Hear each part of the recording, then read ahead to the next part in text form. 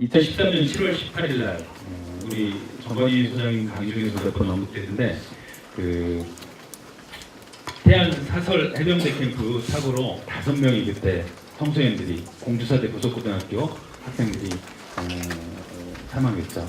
그 가운데 그 유족 대표로 지금 청소년 정책에 대해서 청소년의 아들의 죽음을 헛되지 않게 하기 위해서 이렇게 열심히 살고 계시는 우리 아버님이 오셨어요. 이호식 대표신데요. 식사하면서 그런 얘기를 했어요. 10개월 동안 어떻게 지내셨냐고. 정말 어머니도 같이 오셨거든요. 제가 개인적으로 그 형제 중에 이렇게 엄마 아빠보다도 먼저 죽은 형제가 있어서 그 고통을 알아요. 자식은 죽으면 가슴에 묻는다는 말 내가 너무 많이 뼈저리게 느끼면서 살고 있거든요. 저희 큰형이 일찍 죽었어요. 근데 이렇게 사고로 펴보지도 못한 아들이 죽고, 또 오늘 안 이야기인데 그 5명의 아들들이 다 남매 중에 아들들만 5이 죽은 거예요. 그 5명의 학부모들 아들들만 다 죽은 거예요. 딸들만 남은 거죠. 10개월 동안 너무 고통적에 살았을 우리 이호식 아버님의 이야기를 어떻게 지내셨는지, 또 요즘 무슨 일을 하는지, 여러분 자료에 많은 청소년 수련활동에 대한 안전망 구축 및 사후 대책은 나와 있거든요. 이런 실질적인 얘기 아버님 오셔서 한 20분 정도만 하고 또 질의응답 하겠습니다. 우리 박수로, 따뜻한 박수로 환영해 주셨으면 좋겠습니다.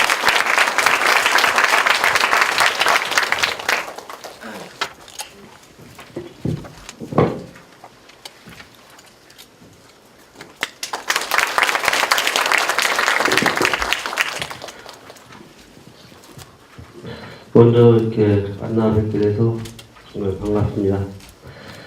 그리고 그 김윤구 센터장님이 이렇게 이런 자리를 마련해 주셔가지고 제가 이 자리에 서서 여러분들이 상상하지 못할 그런 그 현장의 이야기들을 이렇게 가질 수 있어서 또 제 마음이 또 한번 진정되는 것 같아요. 그리고 앞서 말씀해 주셨던 그 정건희 소장님께서 너무 말씀을 잘 해주셔서 제가 여기 서 있기에 조금은 부담스럽습니다. 그 우리 정 소장님을 국회로 보내지 않을까 이런 생각도 드네요. 예, 그 제가 여담입니다만은 제가 그 아들을 잃고 그 정계 또 학계 또 많은 그 단체장님들까지 이렇게 많이 뵀는데 항상 뵈고 나와서 꼭 생각이 드는 것이 딱 단어가 한 가지가 있어요. 멍청이. 네, 여러분들은 그 말이 무슨 뜻인지 잘 모르실 수도 있겠습니다만은 저는 그분들을 뵙고 딱 나와서 뒤돌았으면 멍청이라는 소리를 합니다. 멍청이. 우리나라 이 정계 학계에 또 단체장으로 계신 분들이 그만큼 생각이 없으신 분들이에요. 그렇기 때문에 이 대한민국이 변하지 않고 있습니다. 제가 뭐 깊이 있는 얘기를 드리면 여러분들이 빡빡할 것 같고, 그렇다고 또 제가 아는 게 많이 없어서 재미있게 대화도 좀 어렵습니다. 그래서 제가 겪었던 것들을 중심으로 해서 제가 그 아픔이라든지 이 사회의 문제점이라든지 학생들이 이러한 사고에 대해서 어떠한 생각을 갖고 살아가야 되는지에 대해서 현실적인 면에 입각해서 말씀드리도록 하겠습니다. 그 청소년 수련 활동의 안전망 구축 및 사후 대책이라는 이런 제목이 크게 되어 있는데, 사실 안전이라고 하는 것은 우리 이 기성인 또 학생 모든 국민이 알고 있어요. 안전이라는 것이 얼마나 중요하고 그 안전 속에 이 사회가 발전하고 뻗어나간다는 것도 다 알고 있습니다. 하지만 이 안전에 대해서 우리는 피부로 느끼지는 못하고 있어요.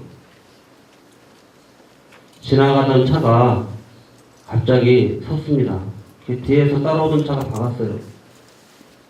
그래서 거기에서 사람이 다치거나 혹은 죽거나 이런 광경을 보면 애절해하고 그 상황을 어떻게 할지 몰라서 당황해하고 조금 준비된 사람들은 신고를 합니다. 여기서 신고한다는 것은 정말 배운 사람이고 준비한 사람입니다. 준비를 갖춘 사람이고 우리 이 사이에는 그런 신고하고 또 대응을 할 수 있는 이런 준비된 자로 점점 더 보급나야 돼요. 그거를 위해서 제가 이제 말씀을 드리겠습니다.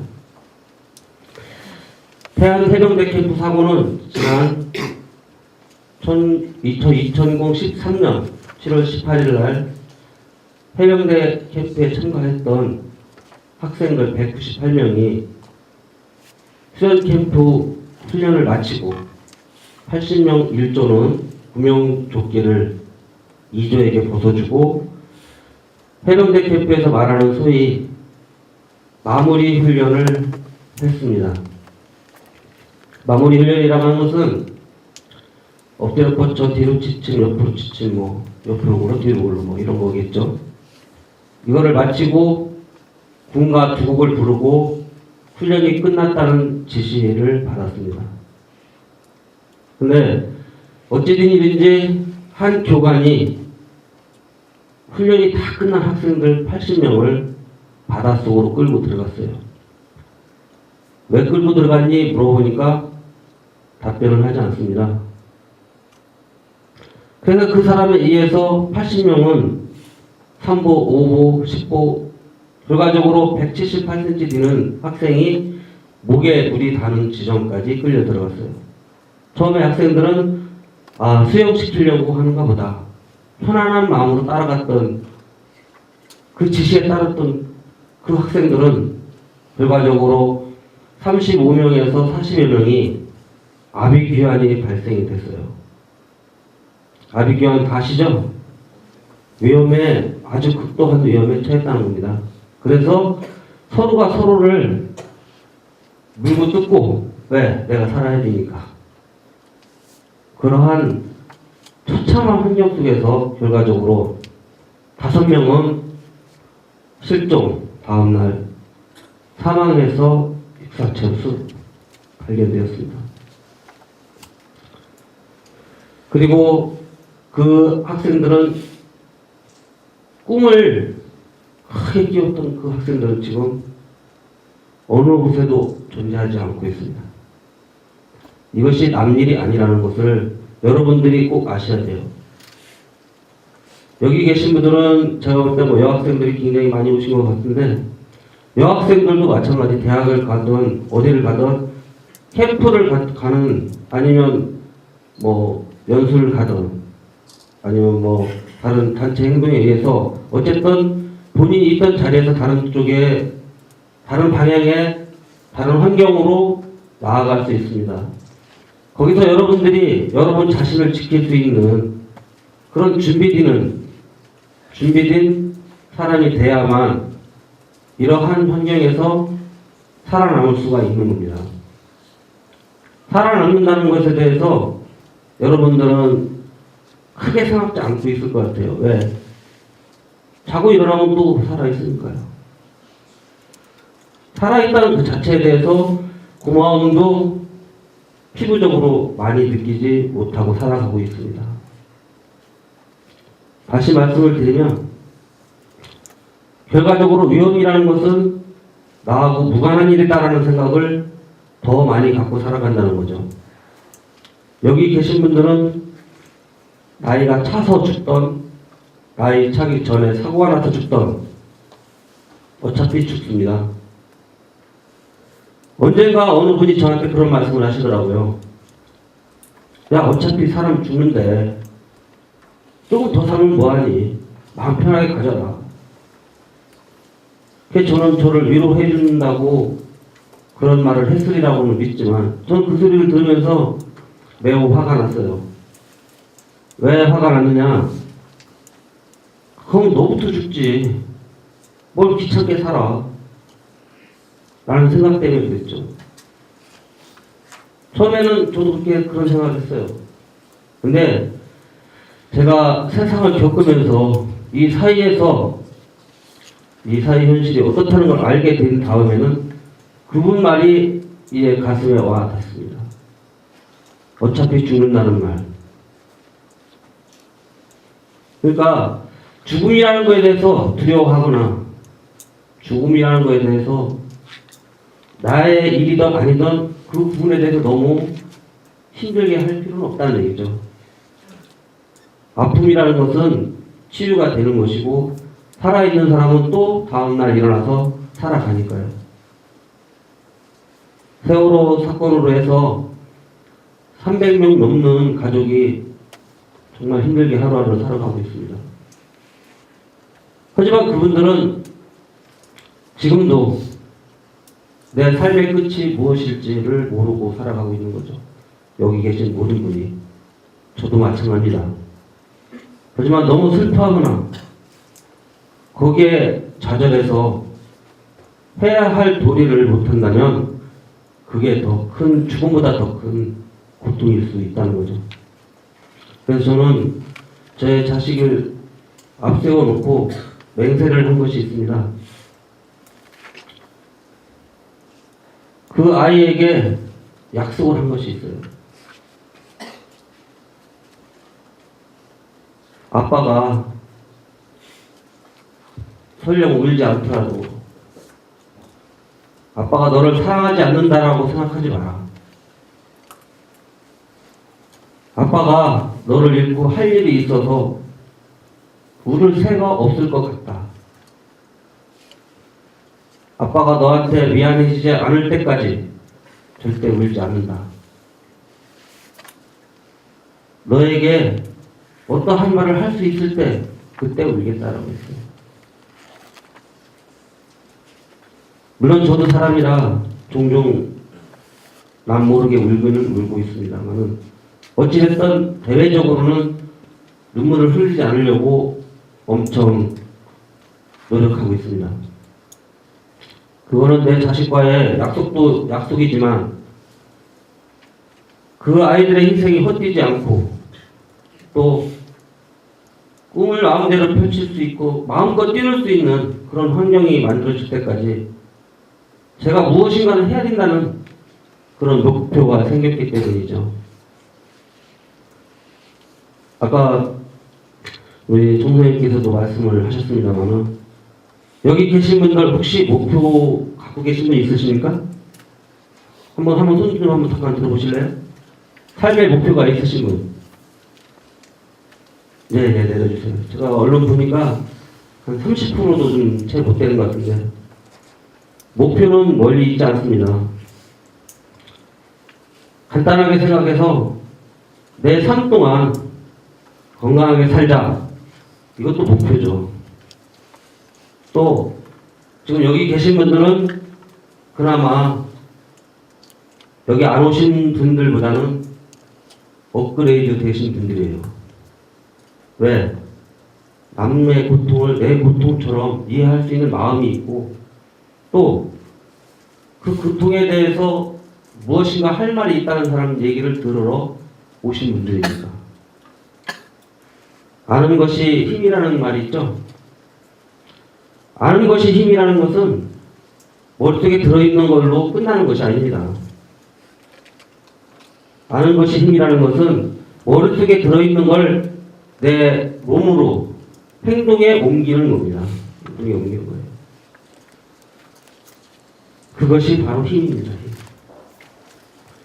저희 유가족들은 지금 연대해서 비록 늦었지만 정말 안전이 무엇인지 또 그 안전에 대해서 어디서부터 어떻게 시작하는 것이 현실적인지에 대해서 많은 생각을 가지고 경험을 뒷받침해서 무언가를 만들어 가려고 지금 준비하고 있습니다. 이번에 박근혜 대통령께서 말씀을 크게 하셨어요. 여러분도 다 아실 겁니다. 거창하게 그 거대한 해경도 헤쳐버리고 또 내각도 헤쳐보이려고 하고 거기에 눈물까지 보이시면서 국민들의 신금을 놓고 했어요. 근데 저는 그 소리를 듣고 처음에는 이런 생각을 했습니다. 이제 좀 바뀌겠구나. 조금은 달라지겠구나. 근데 처음 들었을 때 그 마음가짐과 그때 느꼈던 그 생각과 그 말들을 분석하고 그 말들을 수십 번을 들어보니까 조금 화가 나기 시작했습니다. 왜 화가 났느냐? 저분은 도대체 무슨 생각으로, 무슨 근거를 가지고 이러한 상황에 대해서 이렇게 변화를 가지려고 할까? 저는 패션 마크를 갖게 됐죠. 이 패션 마크라는 것은 아까 우리 총장님께도 말씀하셨지만 생각을 하는 거거든요. 저도 똑같이 주장하고 있는 것 중에 하나가 패션 마크입니다. 그래서 박근혜 대통령의 담화문에 대해서도 조목조목 따져 묻고 싶은 말들을 정리를 해봤어요. 그래서 제가 얻은 결론이 뭐냐? 역시 대통령 맞구나. 아까 뭐 반장이라는 말 나왔었죠, 반장. 여기 앞에 있는 학생한테 아까 제가 어디 학교에서 왔냐고 물어봤어요. 그랬더니 남성여고라고 했죠? 네, 남성여고 1학년이라고 하셨는데 왜 제가 그걸 물어봤냐면 사실 이런 자리들이 마련도 잘 안 되지만 이런 자리를 알고 오신 그 분들의 고마움을 표시하려고 아까 사실 물었어요. 근데 반장이라는 말을 듣고 제가 또 생각을 하게 된 겁니다. 뭐냐? 과연 우리나라의 최고의 대통령이신 박근혜 대통령께서 국정담화 또 대국민 사과를 통해서 국민들에게 전달하려고 하는 메시지가 무엇이었을까? 뭐 아까 잡혀간다는 말씀도 또 나오시면 저도 잡혀갈지 모르겠어요. 이만하면. 그 표 때문에 또 저러지 않았나 이런 생각을 하게 됩니다. 과연 표가 뭐길래 도대체 그 표가 뭐길래 이 세월호로 흘리고 있는 이 눈물들에 대해서 배신을 하고 있는지, 왜 서민들은 같이 아파하고 같이 힘들어하며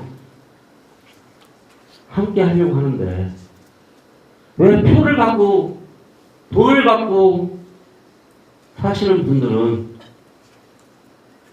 이 슬픈 이런 사고마저도 표하고 바꾸고 돈하고 바꾸려고 하는지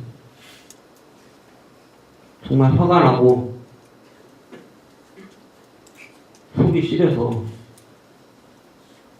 그날은 밥도 못 먹었습니다.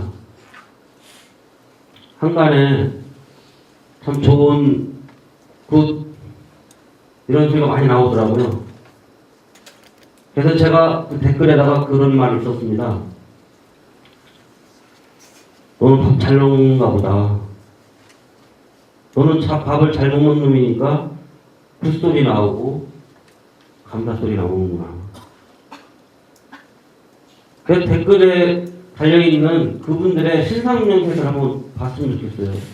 과연 어떤 사람들이 그런 댓글을 썼는지. 물론 대통령의 진정성이 없다라는 말을 하려고 하는 건 아니에요.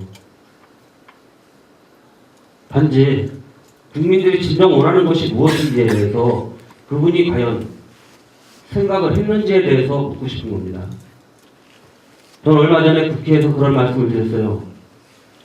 개각이라는 말에 대해서 제 주장을 폈습니다. 왜 개각을 하고 사람을 바꾸려고 합니까? 그 사람들이 능력 있고 또 적임자라고 판단이 돼서 그 자리에 세웠으면 어찌됐든 인정받는 분 아닙니까? 그러면 그분들이 국민에게 잘못을 끼치는 죄를 졌다면 죄를 씻고 나가야죠.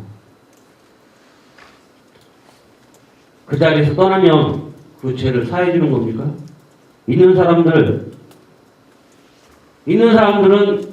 자리에서 물러만 나고 죄값을 다 치르는 겁니까? 그래서 제가 제안을 했습니다. 차라리 개각을 하지 마시고 1급 차관 이상 월급을 주지 마시고 6개월이든 1년이든 대책 마련하고 국민들이 공감할 수 있는 안전망, 축구, 뭐 말이 어렵습니다만 그런 것들을 모두 보완한 이후에 나가도 나가라. 또 그분들의 권한에 맞는 형태로 주어진 차든지 무슨 법인카드든 뭐든 다 압니다. 대중과 함께 호흡하면서 과연 이 사이에 뭐가 필요하고 무엇부터 시작해야 될지에 대해서 정말 이 아픔을 밑그림으로 틀을 만들어 놓고 나가야 되는 거 아니냐라고 했습니다. 물론 그 대답은 아직도 들려오지 않고 있습니다만은 제가 왜 그런 말씀을 드렸느냐 간단하죠. 명찰 바꾼다고 사람이 바뀝니까? 여기 앞에 계신 분들 옆 사람하고 명찰 바꾸면 얼굴도 바뀌어요? 안 바뀌죠? 사람이 바뀌어서 나라가 바뀔 것 같으면 뭘 걱정하겠습니까? 사람이 바뀌어서 안전해진다면 저 여기 안 서 있어도 되겠죠. 또 여러분도 이런 딱딱한 소리 안 들어도 되고요. 사람을 바꾸고 법을 바꾸고 이것은 다음 이야기입니다. 다음 이야기. 그럼 그 이전 이야기는 뭡니까? 이전 이야기는 실질적으로 피부에 느끼는 그런 대안이 나와야 되고 또 언제 어디서든 자유롭게 위기 능력을 발산할 수 있는 그러한 사회, 문화 모든 분야에서의 각계각층의 노력이 동반돼야 되는 겁니다. 그래야 이 사회가 지금보다는 좀 나아지지 않을까 싶습니다. 여기서 제 아들 얘기를 조금만 하겠습니다. 저희 아들은 태어났을 때 몸이 허약한 허약체들이었어요. 그래서 지 엄마는 사내 새끼 이렇게 약해서 어떡하냐고 해서 뭐 철분제, 키 크는 약, 뭐 아무튼 몸에 좋다는 것은 다 사다 바쳤어요. 그래도 키만 컸지 정말 허약했어요. 모든 부분이. 그러던 녀석이 고등학교 들어가고 고등학교 1학년에서 2학년 올라가면서 남자로 변해가더라고요.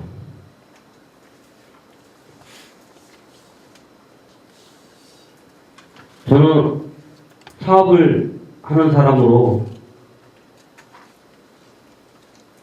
너무 힘이 미약해서 돈도 많이 뜯기고 정말 가슴 아픈 일들을 많이 당했어요. 그래서 아들한테 너는 법을 공부해서 힘없는 사람을 위해서 내 인생을 살아라. 그런 목적하에 서울대 법대를 가라고 했습니다. 고등학교 1학년 때까지만 해도 내 아빠 하던 녀석이 2학년 올라가면서 지 꿈을 얘기를 하더라고요, 저한테. 저는 경찰대를 나와서 사이버 심리를 연구하고 그걸 토대로 해서 범죄 심리학을 전공해서 왜 이 사이에 범죄가 만연한지에 대해서 평생 연구하고 그 분야에서의 이 사이에 기여하겠다 라고 했습니다. 처음에 저는 그거를 반대를 좀 했어요. 경찰이라는 이미지는 일단은 건강하고 또 신체적으로 남보다는 우위에 있어야 된다는 걸 알고 있었기 때문에 그렇습니다. 근데 너는 몸이 약한데 그래도 너는 그냥 공부해서 글을 공부해서 글로 사회에 공헌할 수 있는 일 해라 했더니 그 녀석이 엄청 노력을 해갖고 6개월 만에 저한테 왔더라고요. 외국일으키기를 3개, 4개밖에 못하는 녀석이었어요. 체력적인 거에 대해서 얘기를 했더니 돌아가서 농구하고 위문일으키기 얼마나 열심히 했는지 6개월도 안 돼서 70개, 80개를 일구고 했습니다. 그래서 제가 아들한테 양보를 했어요. 그래, 네가 그 정도 의지만 있다면 네가 가고 싶은 길을 가야지. 아빠가 양보하마. 저는 그 녀석한테 사실 이런 말을 하고 싶어요. 그래도 네 꿈도 있고 그 꿈을 위해서 네가 살아가고 있었지만 그래도 이 아빠한테는 살아 돌아오는 게 더 닿았다라고. 여러분도 아실런지 모르겠습니다만 제 아들은 친구를 구하다가 구조하고 다시 돌아오지 못했어요. 부모 입장에서는 차라리 구조하지 않고 그냥 살아있어야지 왜 구조하다 너는 죽느냐 라는 원망이었던 겁니다.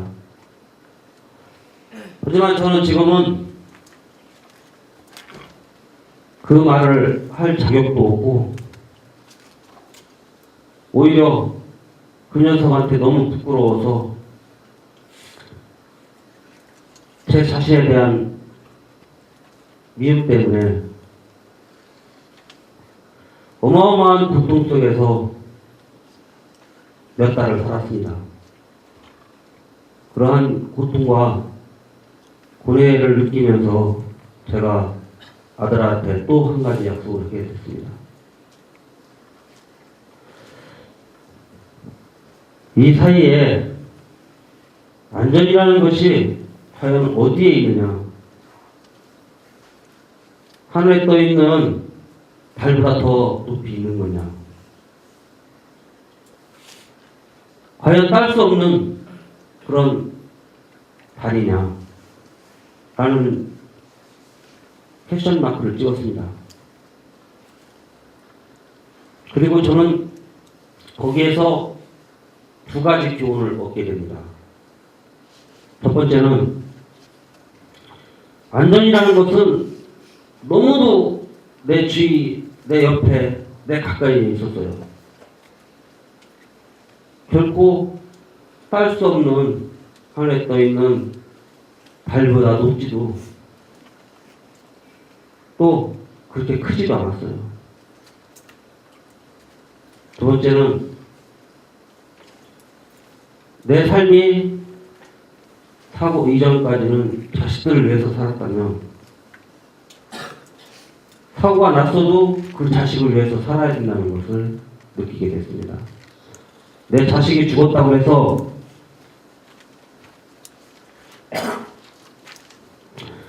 그 자식을 위해서 할 일이 없는 것은 아니었던 겁니다. 그 아이가 하려고 했던 것을 제가 대신하면 되니까요. 그래서 저는 그런 생각에 이 사이에 수많은 고통과 번뇌 속에서 얻었던 그런 작은 교훈들, 이런 교훈들을 너무도 쉽게 잊혀져 가고 있지 않느냐 라는 생각에서 그런 것들을 모아서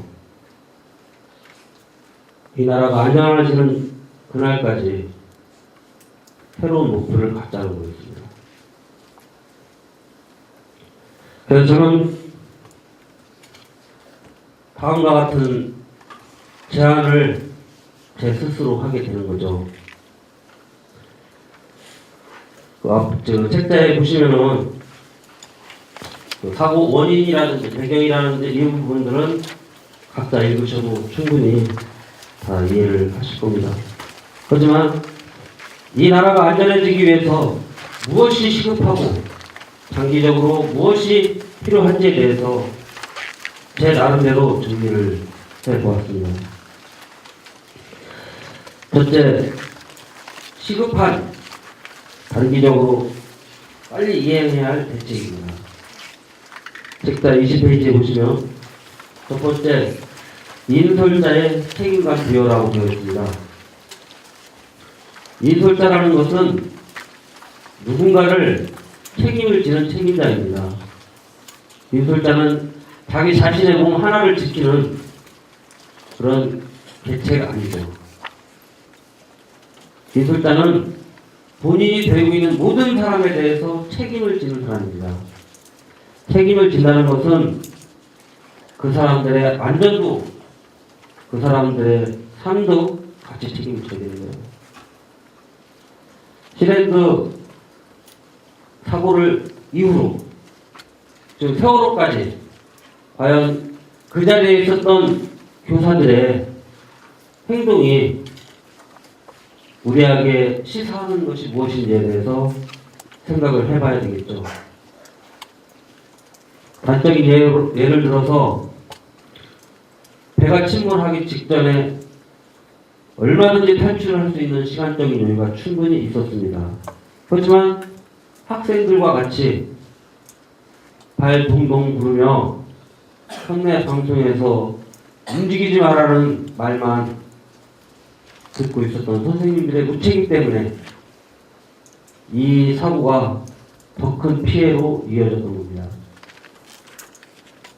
이 부분에 있어서 선생님들이 각자가 할 일을 맡아서 올바른 대응을 했더라면 결코 이렇게 대형 참사로 이어지진 않았을 거라는 겁니다. 그리고 두 번째는 청소년 활동에 사전 안전교육이 필요하다는 겁니다. 근데 제가 이걸 쓰고 이것을 제시하고 보니까 교육부에 매뉴얼이 있었습니다. 이게. 최근에 알았는데 있으면 뭐합니까? 지켜야죠. 있으면 뭐예요? 행동을 옮겨야죠. 실질적으로 몸에 배어있는 것과 안 배어있는 것과의 차이는 하늘과 땅입니다. 이 사고도 이러한 상황에서 더 큰 사고로 이어졌다는 것을 여러분은 잘 알고 계실 겁니다. 사전답사 학교에서 형식적으로 했고 또 다녀와서도 내가 어디 갔다 왔는지조차도 모르는 가나마나한 사전답사를 다녀온 거고, 시간이 좀 없다고 해가지고 좀 빨리 설명을 드리도록 하겠습니다. 세 번째는 이동수단의 안전점검 실시입니다. 이동수단이라는 것은 우리한테 항상 위협으로 다가왔던 그런 부분들이죠. 그 부분들에 대해서 좀 더 꼼꼼히 그 부분을 체크했더라면 하는 생각이 드는 거고요. 어떻게 보면 다녀와서 그 경험을 가기 직전에 학교라든지 단체에 공유해서 안전을 더 강구했더라면 하는 생각도 같이 갖고 있습니다.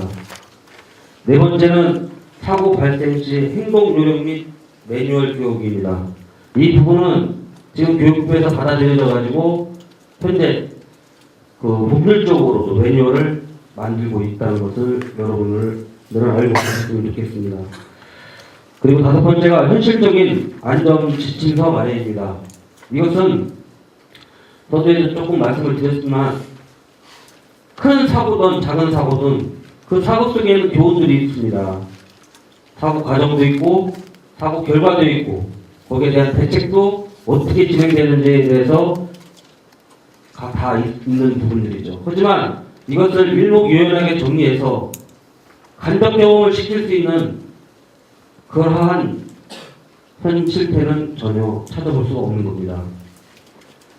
그리고 무엇보다도 안전지침서를 마련하고 안전교육 연수원을 하루 빨리 확충을 해야 한다는 부분에 대해서 여러분들은 이견을 갖지 않을 거라고 생각을 합니다. 그리고 장기적인 대책입니다. 아까 교수님도 말씀을 하셨지만 거부권의 올바른 교육입니다. 거부권은 반항이 아니고 거부권이라는 것은 내 주체를 내 스스로 판단하고 내 스스로 내 자신이 행동을 결정하는 겁니다. 여기에 아까 제가 말씀드린 패션 마크를 머릿속에 상기시키자는 거죠. 어른들의 잘못이 있던 없던 일단 그 지시는 나와 무관한지 나와 생각이 동일한지 또 그 지시가 어떠한 위험이 있는지조차도 그때 묻고 따져야 된다는 겁니다. 그것이 몸에 배어 있을 때 위험 상황이 닥쳤을 때에 본인 스스로가 자신을 지킬 수 있는 그런 지킴이 역할을 분명히 할 것이라고 생각하기 때문입니다. 그리고 두 번째는 뿌리를 찾아 생명의 존엄성을 가르쳐야 된다는 겁니다. 우리나라가 OECD 국가 중에 자살률 부동의 1위를 지키고 있습니다. 이 불명예 찍기 위해서 가장 시급한 문제가 무엇이고 장기적인 대책이 무엇인지 그 부분에 대해서 크게 설명하지 않아도 아시리라 봅니다. 단지 시행이 돼야 된다는 거죠. 그리고 저는 여기 자리에서 두 가지를 더 말씀을 드리고 싶습니다. 지금까지 사고라는 것은 항상 우리 주위에 있었습니다. 단지 내 자신에게 벌어지지 않았을 뿐이죠. 우리나라에 가장 이 안전에 걸림돌이 되는 것이 바로 이 부분입니다. 안전불감증이라고도 하죠. 우리나라는 예로부터 많은 외침도 받았고 내란도 일어나서 많은 사람들이 억울하게 죽고 많은 사람들이 정말 짓밟히고 말았습니다.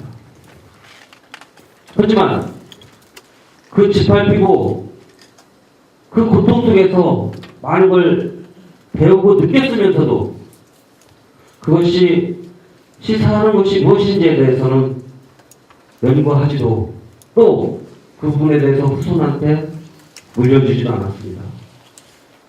전쟁이 나고 내란이나 나서 몇천명 몇만 명 죽어야 그게 사고로구나 그런 거구나 라고 생각을 하고 있는 거죠. 한두 명 죽는 것은 사고라는 생각을 하지 않고 살아가고 있습니다.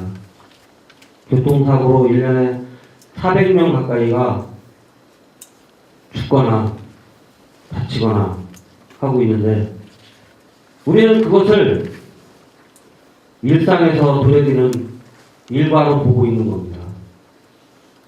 그렇게 많은 인원이 죽어가고 있는데도 제대로 된 대응이나 대책이나 그 어느 누구도 심각성에 대해서 얘기하는 사람이 없습니다. 바로 이것이 안전불감증인 거예요. 여기 계신 모든 분들이 제 얘기가 공감이 간다면 큰 박수를 한번 쳐주세요.